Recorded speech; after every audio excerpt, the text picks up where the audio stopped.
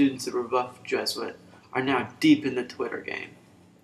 They tweet about things such as their feelings, their favorite song lyrics, or when Taj Gibson completely dunked over Dwayne Wade in the Heat Chicago game.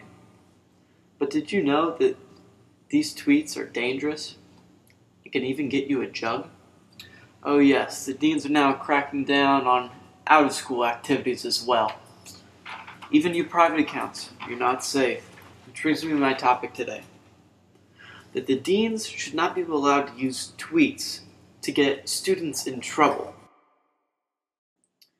Now, I was lucky enough to have a friend that was firsthand affected by this violation of privacy shown by the Rebuff administration. Now, his name will be disclosed for security purposes, but he kindly came forward and shared with us his thoughts and story of that event. I was pulled out of class on a warm spring afternoon and taken to an administrator's office. There, apparently my private Twitter account was handed to me with some more expressive tweets highlighted. The tweets highlighted contained references to contraband, alcohol, women, and profanity. However, I tried to explain the tweets containing drug and alcohol references were strictly song lyrics, and that my use of profanity was an expression that did not violate any school rules, seeing as Twitter is not concerned to rebut Jesuit, and I should be allowed to curse outside of its campus. Finally, I explained that my tweets about women were also self-expressive, and while they contained many uses of bitch, hoe, and slut, they did not include specific names. I felt that my privacy was violated, and that Rebuff was attempting to control my entire life. I believe that what is done off-campus, after school hours, and does not contain direct references to Rebuff Jesuit should not be a concern of the school. So I plead the fifth and won my case, because I'm a G and Gator don't play no shit. Now, this young man has made some great points in his story, but you may think that he's biased because he was the one who actually got in trouble. So, of course, I went in the handbook, looked it up. There is nothing about Twitter in here at all.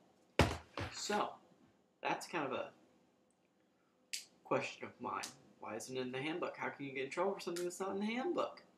So now, because it wasn't in the handbook, I did a little personal investigation and interviewed Dean Adams about the whole Twitter ordeal.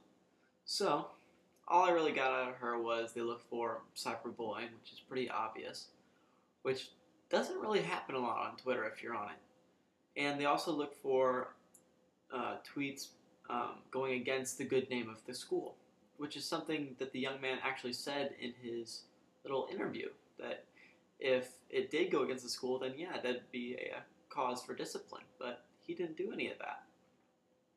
I'm just going to give my honest opinion about this. I don't understand why the deans are going after the people on Twitter, but my only reason would be because they don't have anything to do at school. They're bored. They don't have anything to do, so they're just trying to make other people's lives miserable. That's not very nice. But just to sum up the main points of why the dean should not be able to use Twitter to get people in trouble would be that, one, it's a violation of privacy completely. Like the young man said in his interview, his account was private, yet they still got a hold of a bunch of different tweets that he had, which, I don't know how they did that, but they did. Which, that's definitely a violation of privacy. Maybe you don't want the deans to see something on it. Maybe it's personal. Who knows? Also, if the deans are cracking down on song lyrics, people that tweet lyrics are sometimes, most of the time, usually tweet rap song lyrics. And I don't know of any rap song that doesn't refer to drugs or alcohol in them anymore. So that would be kind of tough to judge. Just to wrap this all up, I think the deans need to get off Twitter and go worry about the tree-cutting freshmen.